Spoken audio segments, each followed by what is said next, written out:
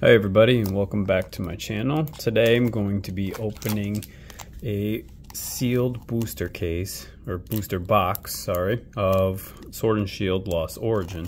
I've already cut it open just to save some time here, and I'm hoping to get some good stuff today. So I have a booster case of the latest set on pre-order. Actually got a couple of them, so hoping to get some more viewership before that releases, so you all can see kind of where that new set lies for like averaging and stuff. So there's gonna be obviously a lot of good stuff, a lot of not so good stuff, but we're not gonna really know, kind of how everything spells out until enough of it has been released. Ooh, I already got some good stuff right off the bat here. So I'm gonna go a little bit faster than I did in my last video, just for some of the basic organizing stuff, just because nobody really wants to look at like all the bulk and everything. But nice little reverse hollow Snover, and this nice piece of artwork. Let's see if I can get it to focus a little better. A little bit. I'm still working on trying to figure out which angle is the best for recording purposes. I don't have an amazing setup yet. It's just kind of is what it is. So I tried the tripod last time. This time I'm gonna try just one of those kind of like phone chargers that you can tilt to different angles, and we'll just kind of see which one you guys end up liking better. Eventually I'd like a nicer setup, but I haven't quite planned out where I want to do that in the house. I would like to do it in the office / man cave, but we'll see. That would be the ideal setup.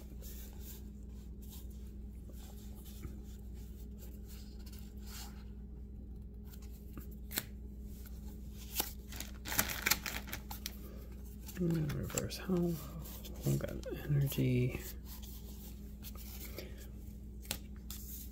So all the energy I put off the side, because when I sell bulk lots, I'll either sell it with a bunch of energy as advertised, or I will sell it specifically with no energy. So whenever I'm doing these sort of breaks and all that, I will keep it off to the side, so that way I can determine whether I want to bulk out the energy or not. Just kind of depends on what sort of route I want to go down with that. So I see something good in the background here.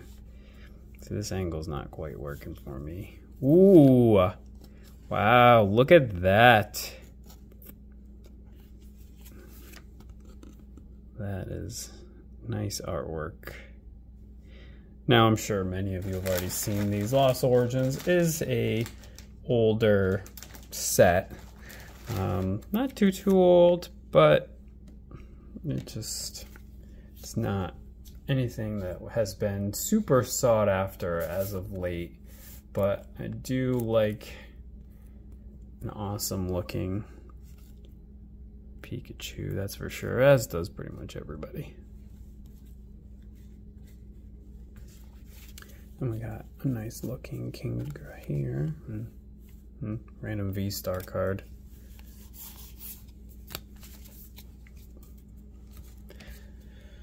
Alright.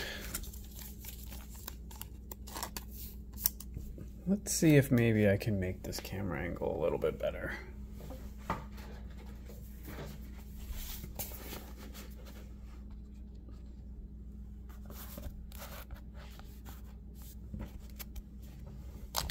See how that looks. Yeah, that's a little bit better. Not awesome. I wish it was a little bit zoomed out further, but kind of working with limited space in here until I finished cleaning up the office and can get it to be a just true kind of gamer den again. But unfortunately for now, I still have so much stuff to liquidate that it just is what it is. Alright, yeah, this is a little bit better of an angle. Let me move this over for you guys. Alright.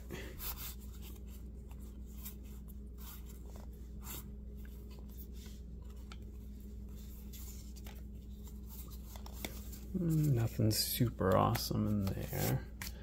But hey, after that Pikachu and the Gudra Hisuian, or Hisuian Gudra V, I mean, we started off pretty much with back-to-back hits, so we're already starting off pretty warm here.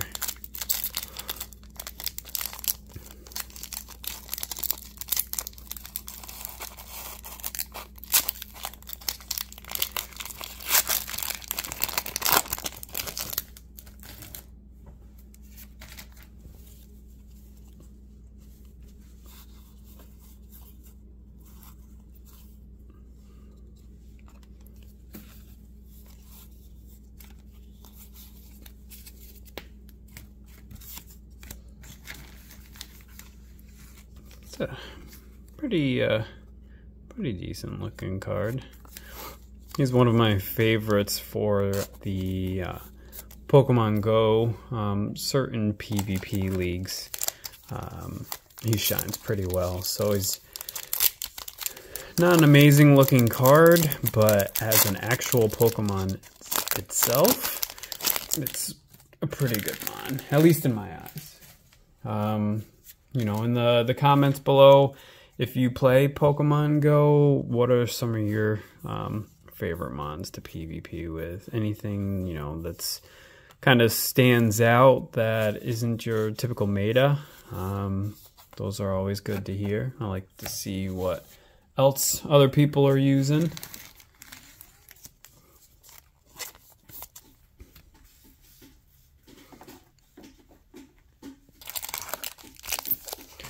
So, a little bit more about me. Introduced myself in the last two videos, although it was technically one video. Unfortunately, my battery died and had to make it two videos, and for whatever reason, the aspect ratio got messed up on the second. But, yeah, so since then, I bought a couple of collections. Listed them all up in my TCG store for the most part. I kept a couple cards. There's a couple I'm probably gonna grade.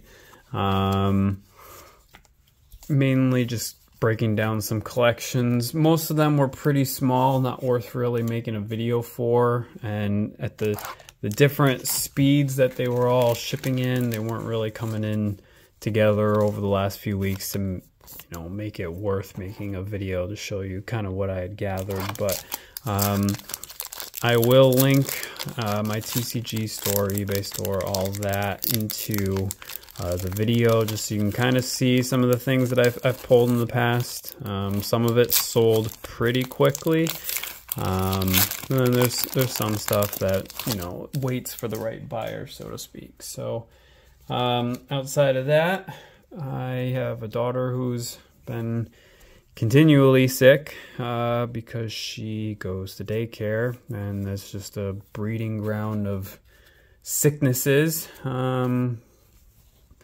I myself, you can kind of hear it in my voice. I mean, you don't know me well enough yet to really know, but I too am getting over everything that she brought home. So my voice is a little bit off today. Trying to hold back the coughs and stuff, but getting better. So got a nice Del Fox V here. I really like the glossy look that they've given these newer generation cards. Even if it's not like a true foil, so to speak, that gloss on the V cards and all that really gives it that extra kind of edge to just make it look better than a basic common.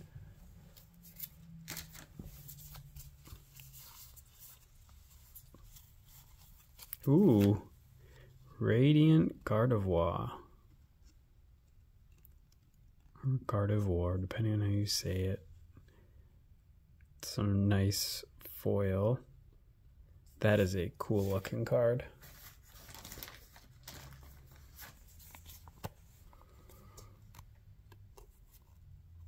I don't know how easy or not it is to see on camera, especially with it being so close, but there's sort of like that diamond shaped foil art all throughout the card. I'm gonna figure out another better recording angle for you guys for next time too, because being kind of zoomed out, it seems to be somewhat affecting the quality, and I can only lean so far over into this setup, so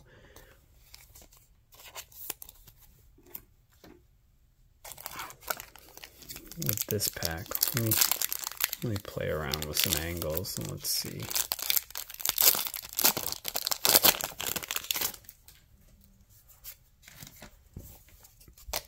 Does that come out clear, or this?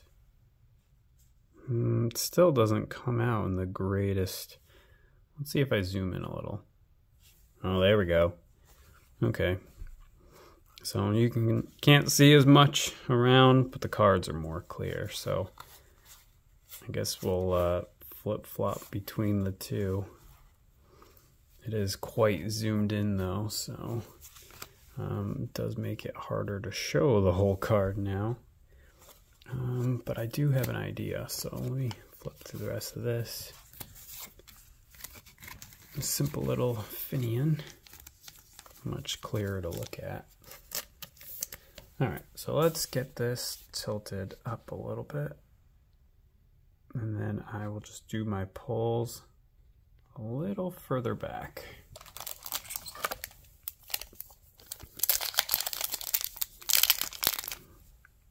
And let's see if we can get a little more clarity there.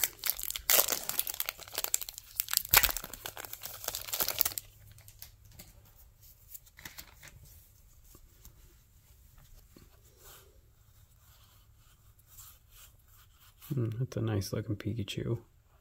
Very cute.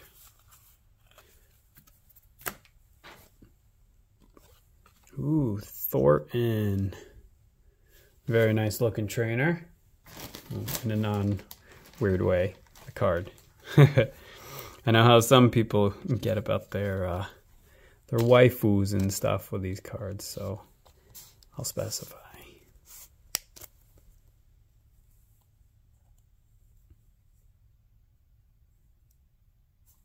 Very, very good.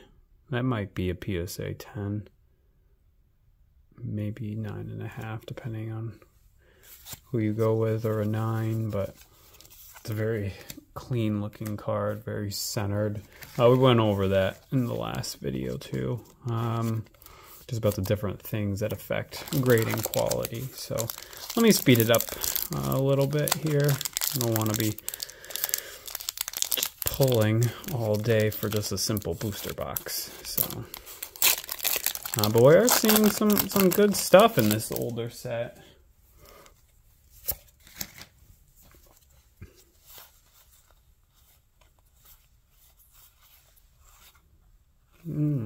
That's a nice looking Roserade card. Yeah. Very nice. And this box has been treating us pretty well so far. Card's a little bit off center, which saddens me. You can see it's quite thick down here on the bottom and rather thin comparatively up top, but still a very nice looking card.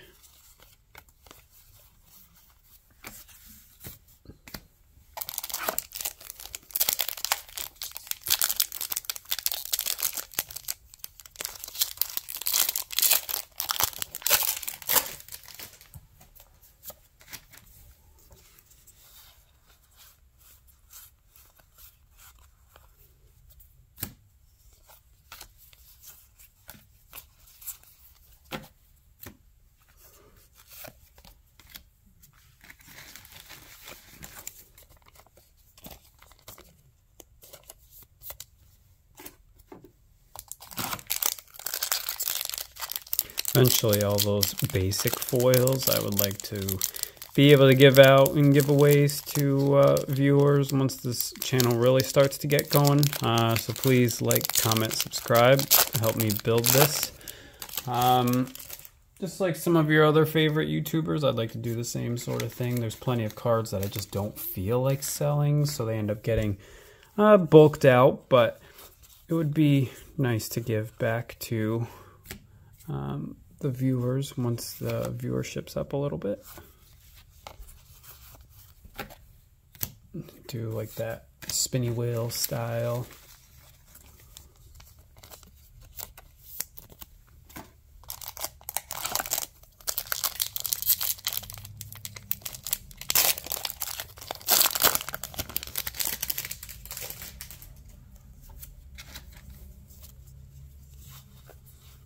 Seeing a lot of oddish today.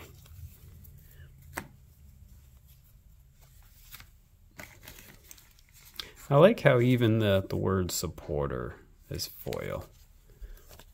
It's a nice little touch. It's the little things that sometimes amaze me. Another random V-Star card. Now, it's been a long time since I have played the actual card game. I played around a little bit with like the online card game, which is why in part I kind of duck off the codes to the side.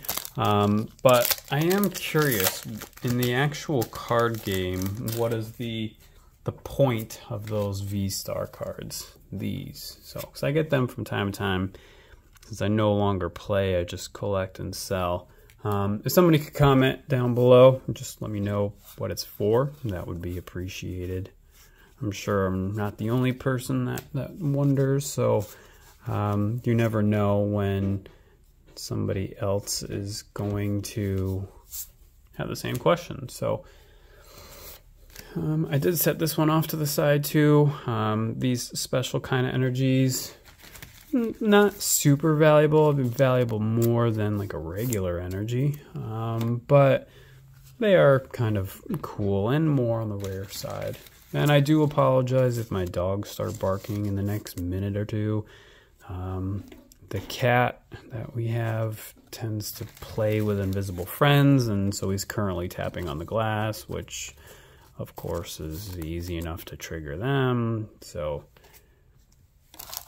the noise could go downhill quickly if he doesn't stop playing with his little imaginary friend. You know how cats sort of chase their tail sometimes, or dogs too, or they'll just kind of like look and the tail will be flicking or whatever. It's acting kind of like that, but not with himself, if that makes sense. It's almost like he, I don't know, sees random things. I'm not trying to make this like a haunted house type situation. So we kind of joke around that he just sees a ghost, so we've kind of named it Ghosty, and it freaks out the wife. So I mean, there's the plus, I guess. But yeah, so he just tends to play with Ghosty sometimes, and the dogs hate it.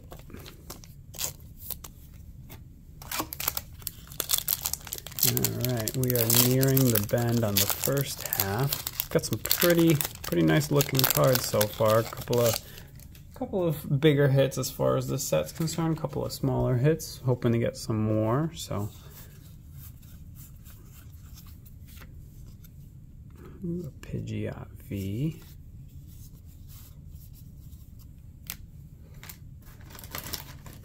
And I think in the future I may just get one color sleeve and just start sleeving the more valuable ones in a single color. I do like doing the themed colors, but eventually you run out of this color and it just kind of messes up your theme anyways. So just in order to make the videos faster, and you know, something along those lines, I might just go to one unified style and color just to be more uniform and faster in the future. I still do have, there's probably at least 1,000 left. So I used to sell them in my Amazon store too before I shut that down. So nice Snorlax. But once I shut down that Amazon store, I ended up keeping a lot of the supplies for myself instead of liquidating them off. Amazon's kind of funny about how they deal with that sort of thing. You got to pay to send your stuff there, you got to pay them to sell it, and then you got to pay them to take it back. And if you get a return, then you got to pay for a whole bunch of other things. And then there's you got to pay them to have it sit there if it sits there, and it just kind of goes on and on. So you sell a $20 item, next thing you know, you made $5 off of it. So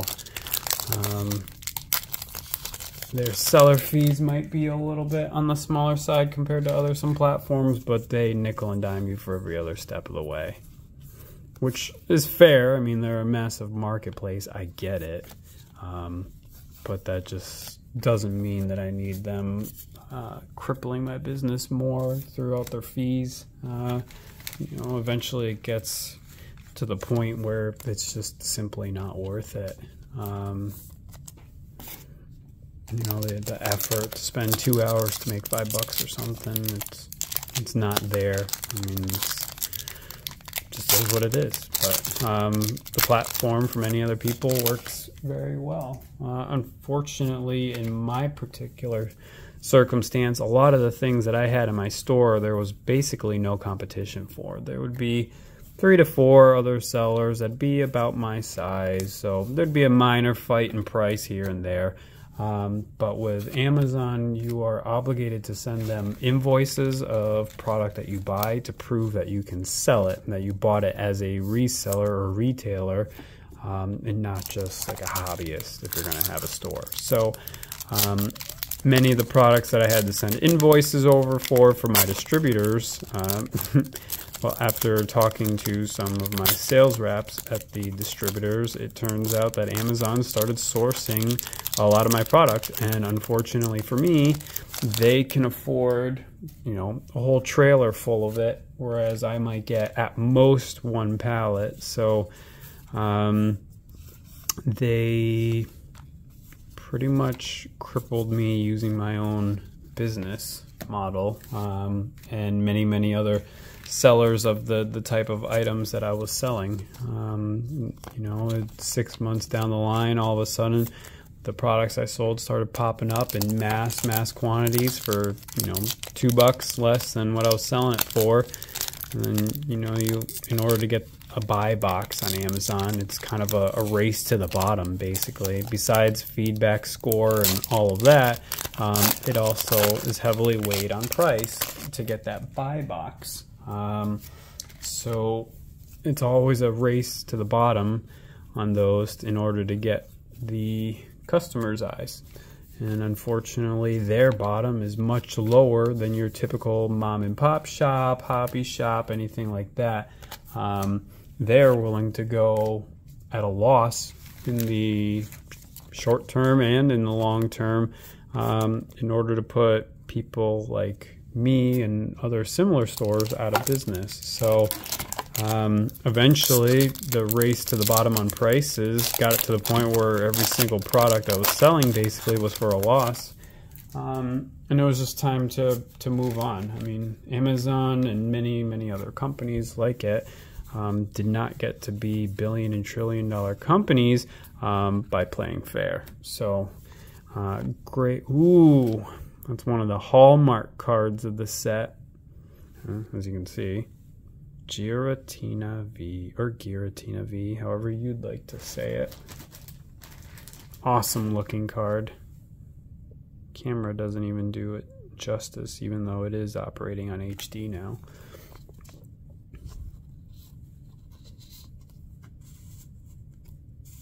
So yeah, me and many other sellers, we left that platform and moved on back to the others. TCGPlayer, they got much bigger, especially during the pandemic, and they've always been kind of a favorite anyways because they specialize specifically in cards, and now that they've branched out to do card accessories and pops, and a whole bunch of other stuff. It's really become like a true like nerd haven platform. And then now, I guess as a form of flattery, as they say, many online storefronts have kind of copied their business model and do similar things. They might try to run, you know, sales and all that, but it truly is like the go-to platform for sellers like me and collectors like me and collectors and maybe sellers like you all. So we are down to about the final third. Got some pretty good stuff, some exciting stuff. I'm excited about the that Giratina V. It is a nice looking card, and I'm going to inspect it later, see what kind of PSA I think it would be. And to be clear, I don't run around and just, you know, grade a bunch of cards, put them on slabs and stuff. I do kind of meticulously look through them. Ooh, that is a nice looking, I mean, we already went over the artwork before, but it's very cool and in foil form. What was I saying? So yeah, as far as like grading and stuff goes, it really depends on condition. Most things just aren't worth it just because something has come straight out of a pack and gone straight to a sleeve does not mean that it's ever going to be a PSA 10. So there's a lot, as I've discussed previously, to account for to see whether it's worth it or not. And then of course there's price too. Even if you can make a PSA 10, if you do it on a 5-cent card and turn it to a $2 card, was it really worth paying to get the card graded? It depends on where you go to grade it, but none of the grading places are going to make that sort of deal worth it.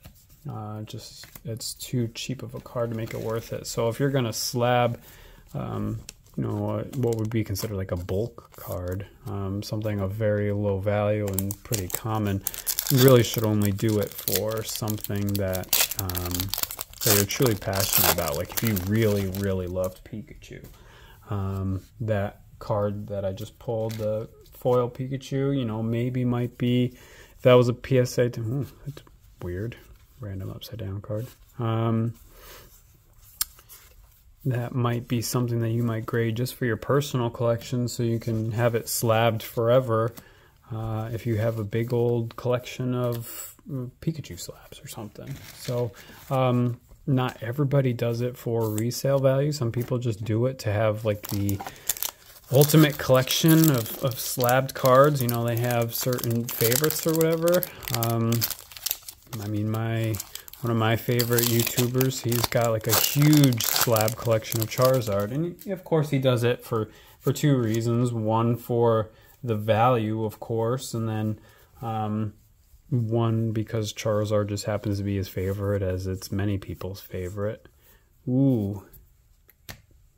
Look at that. That is... Ooh! Back-to-back hit again. That is a nice looking Bennett card. Very nice. That one looks in excellent condition too. And then we got the Hisuian Goodra V-Star. Now that is an awesome looking card. Very awesome. But here's a perfect example. You can see like right up here, it's kind of folded forwards a little bit. That can be just enough to make this a PSA 9. All because they just didn't cut it that well. But you never know. I mean, it really depends on who's grading your cards that day, how they feel, how the other cards of the day they're kind of grading and stuff goes. And it does have to check more than one box to lose points too. So I'm just going to be extra gentle with this one, because that is a really nice looking card. Alright.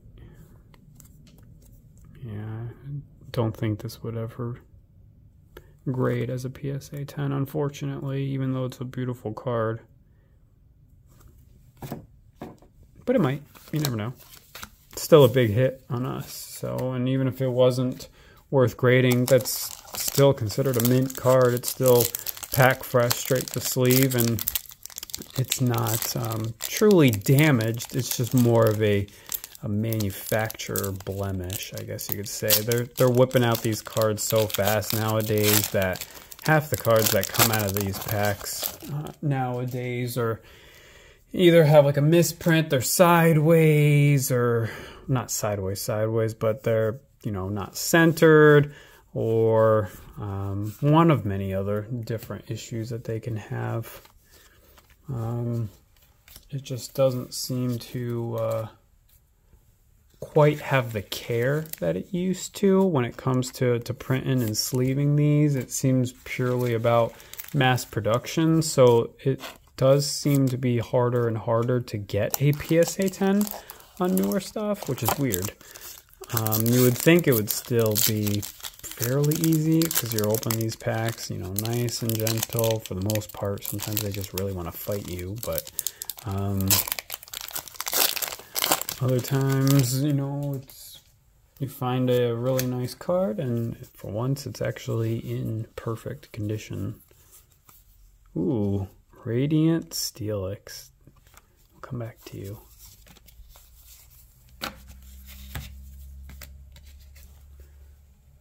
Radiant Steelix. Now, of course, he's in the actual game a shiny as well, but that's another Radiant where maybe you can tell better on this card now. Yeah, you can see it much better in this definition. Kind of the diamond of art setup for it. It's a very nice card. Ooh, it actually, I mean, you can't tell by on camera, but by touch, you can actually feel kind of that diamond pattern. So it's pretty cool. That might go in the collection.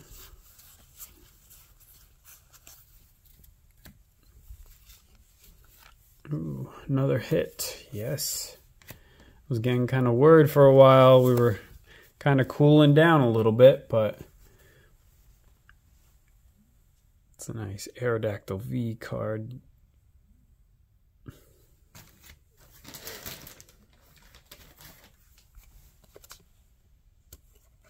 I've started to go a little bit PSA crazy as of late. It's just fun, kind of. I mean, it's an expensive fun, but in hopes that you receive a PSA 10, which, as I said before, does seem to be getting harder and harder, but it's kind of like gambling in a non-dangerous way.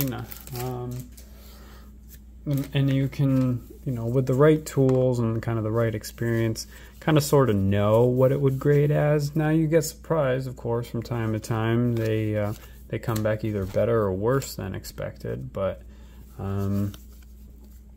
that's just purely based off the professional and his tools and many other factors. But it is a really good feeling to have something come back as a 10, especially if you weren't expecting it to be a 10.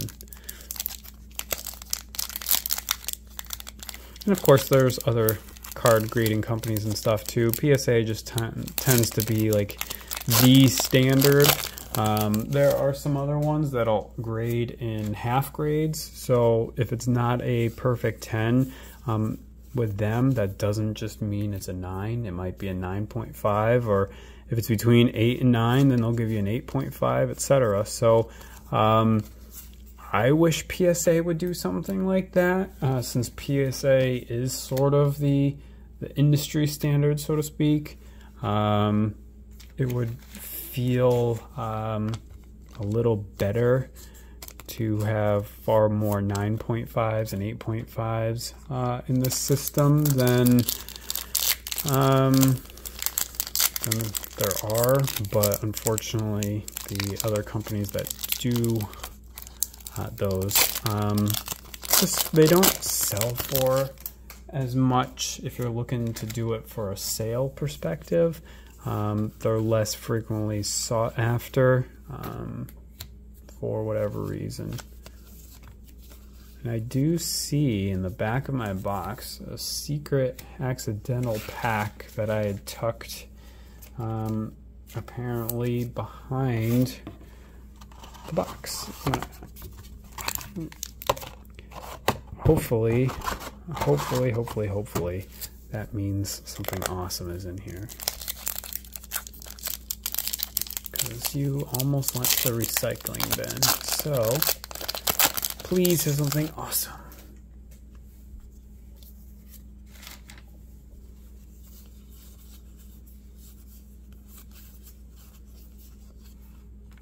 This way in Zora. I'm not even going to pretend to be able to say that. I don't know why, but there's just certain names. Zorark. Zorak. I don't know. Zorark. There's so many different ways you could pronounce it. Unfortunately, no major hits in the secret final pack that I'd actually stuck in there. But still, overall, got a lot of good stuff out of this pack. A lot of things that I'm excited to look up. A couple things I may even add to my collection. The rest will end up on the TCG store. So, like I said, I will put those links in the bottom of this video, and I hope to see you guys next time. So, I don't know if I will have any more similar videos like this. I will probably wait until we get the next major set that's coming out soon. It's going to be the first of a whole new product line. So I'm expecting some seriously good stuff to start popping up in that completely new set. I'm excited to see what it looks like. And I think that if it comes out on time, it'll be about 2 weeks from today. So, well, I hope to see you all guys next time. Guys and gals, people.